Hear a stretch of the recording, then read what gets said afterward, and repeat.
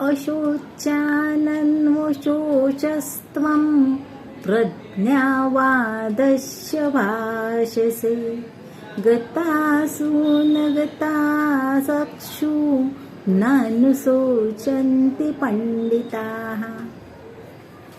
जो स्वावलंबी आहे, स्वतःचं स्वतः सगळं बघतो, ज्याला काहीही अडचणी आल्या तरी त्याचा तो सुखदुःख मानत नाही, शोक करत नाही. एखादं जवळचं जातं, काही अडचणी मोठ्या प्रमाणात येतात, पण त्याचा काहीही कुठल्याही भावनेत न गुंतता लगेच सोडून देतो. तो स्वावलंबी असतो, त्याला कुठल्याही गोष्टीसाठी फार भावनेमध्ये गुंतलेला नसतो.